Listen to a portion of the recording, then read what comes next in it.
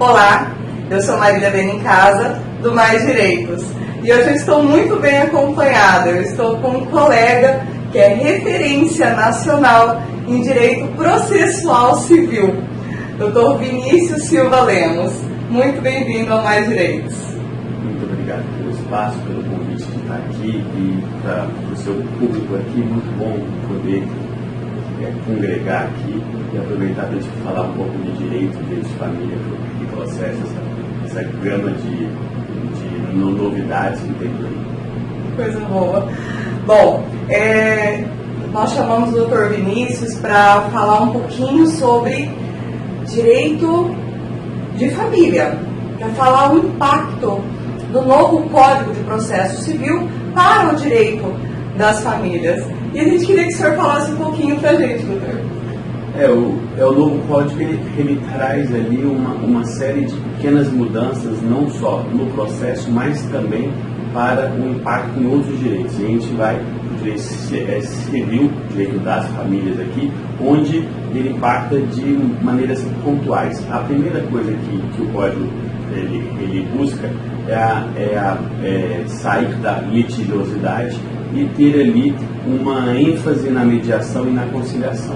Isso é no código inteiro, mas aqui ele tem algumas alterações pertinentes ao direito das famílias, e a primeira que eu vejo é a inicial numa ação de direito familiar, ela não vai junto à contrafé. Isso pode parecer algo que seja um detalhe, que assim, o que a contrafé traria de problema, mas as petições, infelizmente, dos advogados que militam na advocacia do direito das famílias colocam ali muitos dizeres técnicos e processuais e que complicam a relação, né? onde eles têm que buscar uma calma, eles colocam os jargões que são complicados, e você trazer isso para o autor e o réu, eles às vezes não têm a noção processual. Então o código firmou para dizer assim: o advogado que vai ter acesso, ele só vai ficar sabendo o réu que tem uma ação, e o advogado que vai ler, tentar tirar ali o jurídico e passar para ele é o resumo da ação, para nos ter razões ali que são complexos e processuais e tudo mais. Então acho que isso daqui é a primordial renovação. Isso vai fazer com que as partes queiram ali ter uma mediação, uma conciliação, e eles não busquem litigiosidade de cara. Eu acho que esse é o primeiro ponto que a gente coloca ali como uma alteração. E nesse ponto, é uma coisa que já está dando para perceber no dia a dia do direito das famílias. Quando eu atuo somente na área de direito das famílias, a gente já vê que tem uma diferença, há uma receptividade maior à conciliação, né? As conciliadoras estão tendo uma facilidade em lidar com isso, porque a pessoa não chega armada, não vem com armas na mão. Por quê? Porque ela ainda não sabe a questão do que a outra pessoa está falando, ela não sabe ainda o que o advogado falou, e eu estou achando isso maravilhoso, eu estou achando isso muito bom. E é bom porque havia uma resistência do judiciário, e aí não do judiciário enquanto estrutura, mas dos juízes, de pensar assim: como que o réu vai receber um inicial e ele não vai saber, vai ser um inicial inconstitucional. Tinham essa preocupação. Eu acho que num assunto que é bem delicado, que é o direito das famílias, às vezes a gente tem um processo ali e as duas partes querem conciliar, mas tem ali a raiva, o rancor, e tudo isso que é o que a gente puder fazer enquanto advogado para tirar disso é o melhor. E eu acho que esse é um ponto que parece simples, mas que o legislador foi muito sutil, mas que eu acho que vai conseguir um êxito muito grande nisso, né? Então eu acho que essa é a primeira alteração.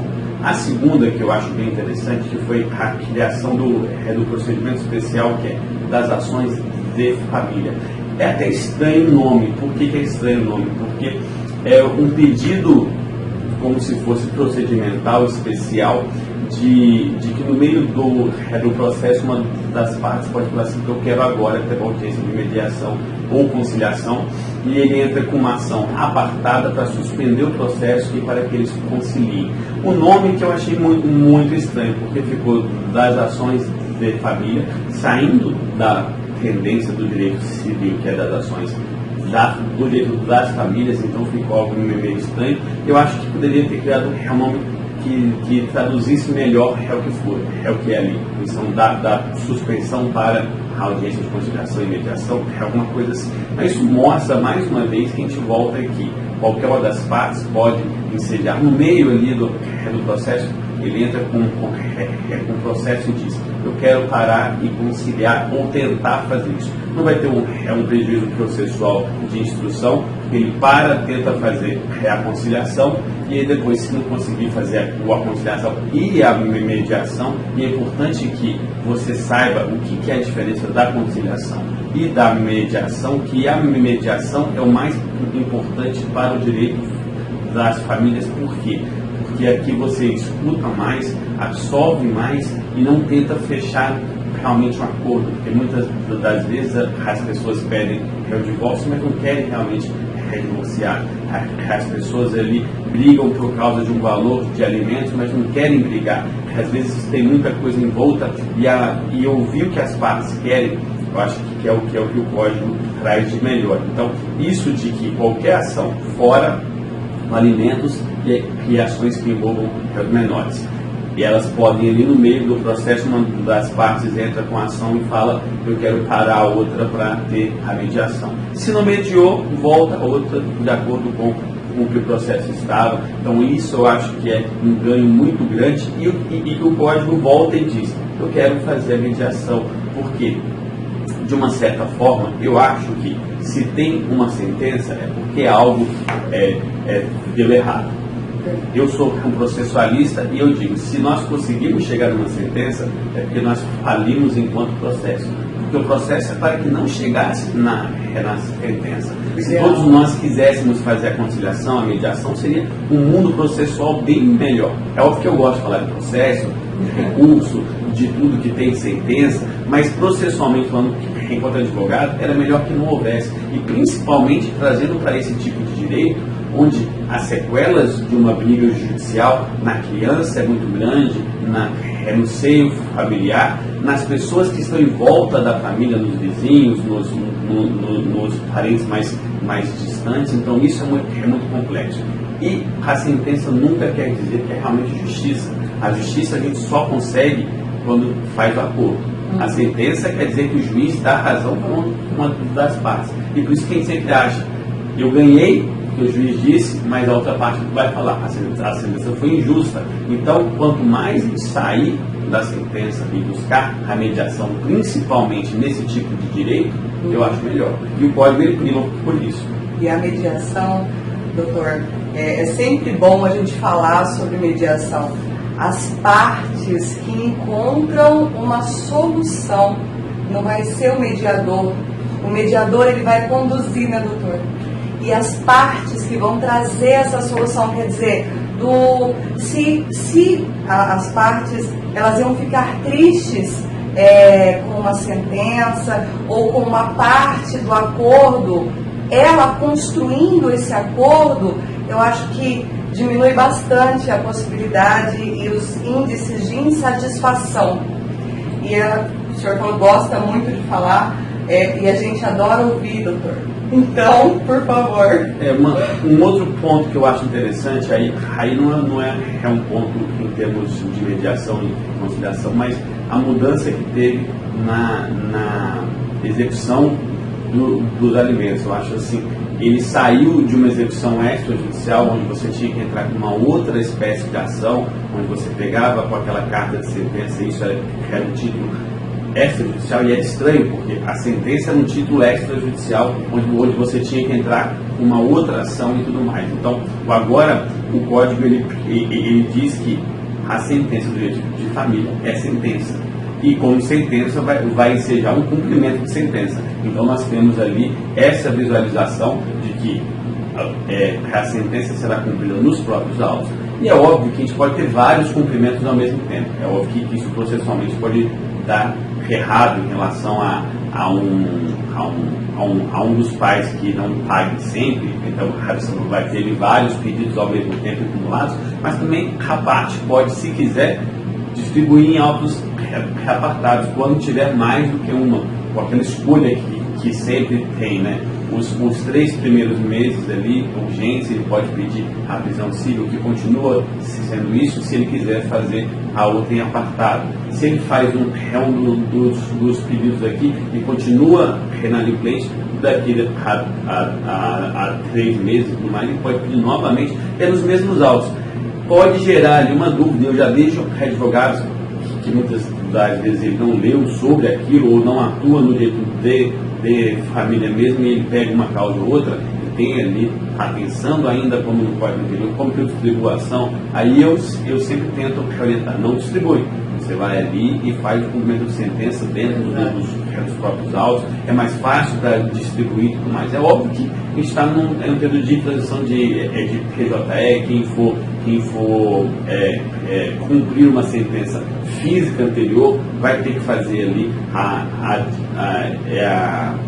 o trâmite para passar para o PJE, que é meio complexo ainda, mas só de mudar o valor da causa, de você já ter essa facilitação e trazer para a realidade processual, que vamos cumprir uma sentença. Isso que eu acho interessante. Então tem aqui uma melhora sobre isso. Não tem grandes alterações sobre a prisão e tudo mais, que tinha uma grande visão assim, que era o réu semiaberto e tudo mais.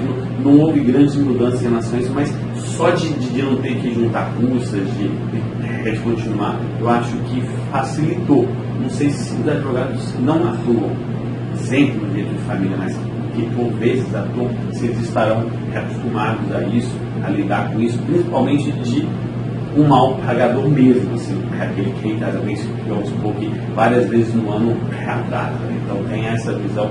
Mas eu achei interessante trazer isso para o código, para que a gente trouxesse essa visão processual de execução mesmo, de como que vai cumprir a sentença. E não só isso, trazer para o cumprimento de sentença, você coloca multa, você coloca, além de ter a prisão civil e tudo mais, que gera, possível você ter aqui a visão de que tem a multa de honorários advocatícios. Então você tem, e aí você sai dos embargos também, tem toda essa questão.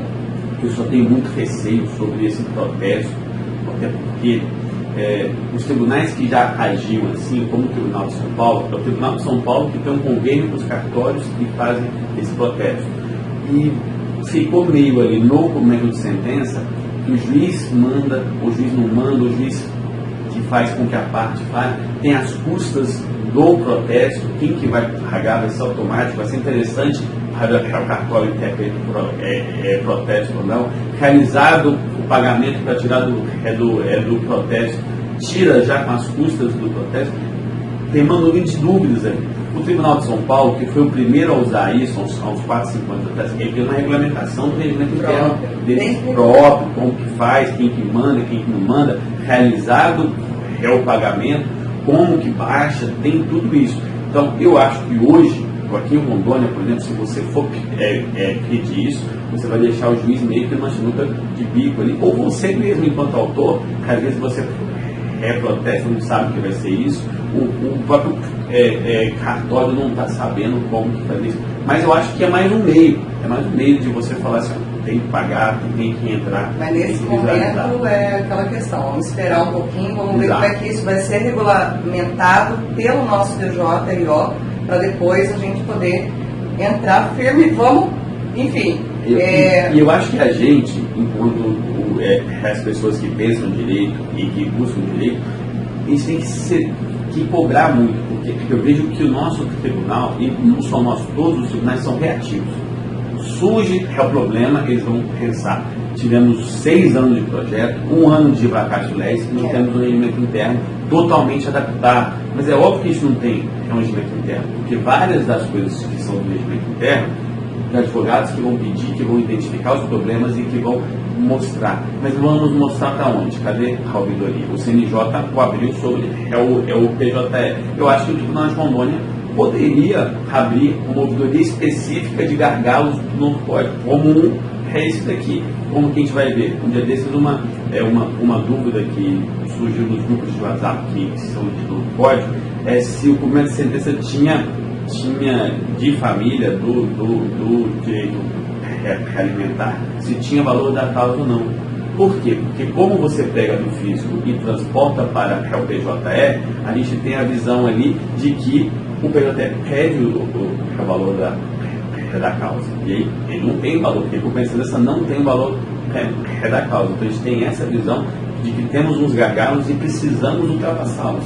Como? A gente precisa desse link maior de pensar, porque o regimento já deveria estar pronto, os juízes também devem estar sofrendo com isso. Eu só digo que os sofrimentos são de todas as partes. Só tem ali a diferença de reclamação. Eu brinco que advogado reclama no grupo de advogados e juízes devem reclamar no grupo de juízes e não se interligam. Mas todo mundo deve reclamar, porque é um período de adaptação. Mas eu sou muito otimista em relação a tudo isso. Eu não atuo no direito de família, do meu escritório, ter algumas causas em relação a isso, ter uma pessoa mais específica, eu não sei ainda como que está sendo o impacto, mas como você já me disse, eu estou muito feliz que tenha essa mudança. É óbvio que não é a melhor forma você mudar a cultura via lei. Eu acho que a lei deve ser sempre a mudança que vem da cultura, mas no Brasil a gente tem que meio que impor uma mediação, uma cultura de conciliação para depois isso ficar rearregado. E principalmente, eu sempre explico quando eu vou fazer a diferença entre a conciliação e a mediação, eu vejo assim, se você quer pensar no que é a mediação, é o direito das famílias, onde você tem que buscar ali muito mais ouvir. E é outro ponto também que eu critico, não o Judiciário de Rondônia, mas todos os judiciários, onde estão nossos mediadores. Porque os conciliadores a gente forma muito fácil o conciliador, em um mês ele está formado, porque ele vai colher as propostas e tentar chegar no mínimo comum. E as câmaras de mediação extrajúdice? Como que isso vai ser implementado? Então, tem bastante assunto, inclusive nós vamos ter um convidado que vai ser um entrevistado na semana que vem, que vai falar especificamente sobre as câmaras de mediação, como que elas vão funcionar e se elas vão funcionar aqui no nosso TJ, né? Se isso vai ser implementado, se vai ser aceito, se não vai. Doutor, eu sei que tem muito assunto ainda, eu queria tratar sobre interdição, que mudou, enfim, alguns requisitos, mas por conta do tempo, eu já vou lhe convidar para outra entrevista, para a gente poder fechar a questão.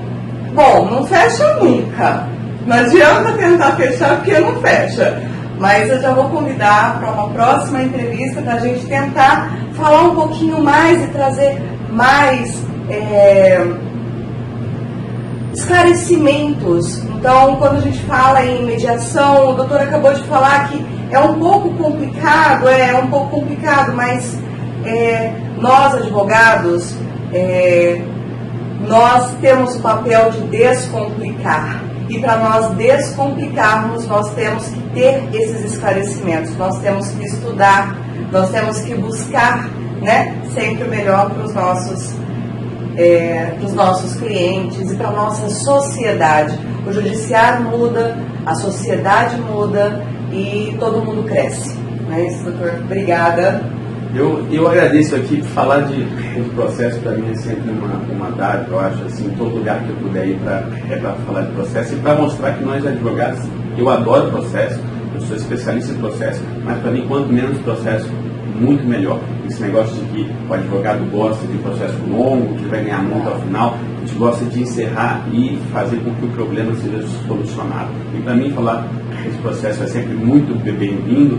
Eu só tentando fazer aqui, não só o livro que você já apresentou aqui, que foi lançado nesse começo de ano, e para falar que em agosto eu vou lançar o meu novo livro, que é o Agravo no Novo Código de Processo Civil, um estudo minucioso só sobre esse instituto complexo que é o agravo no novo código. Eu acho que foi o recurso que mais fizeram aqui as alterações, que tiveram de ideia. Reserva um pra gente já, por favor. O que tiveram de ideia aqui para mudaram no agravo. Mas muito obrigado pelo espaço, espero ter contribuído, espero que você em casa aí tenha tido uns esclarecimentos e estou aqui sempre a seu dispor. Obrigada. Eu gostaria de falar para você o seguinte: gostou da entrevista? Coloca um comentário aqui embaixo ou aqui em cima, dependendo de onde vocês estiveram, no YouTube ou no Facebook, ou no nosso blog, o blog do Mais Direitos. Se você ainda não se cadastrou, coloca o seu e-mail e se cadastre, você vai receber um e-mail exclusivo, que esse não vai estar nem no blog e nem por aqui não, com conteúdo referente à nossa entrevista, um conteúdo que diz respeito às inovações trazidas pelo novo Código de Processo Civil para o direito das famílias, gratuitamente. Então se cadastra e até mais!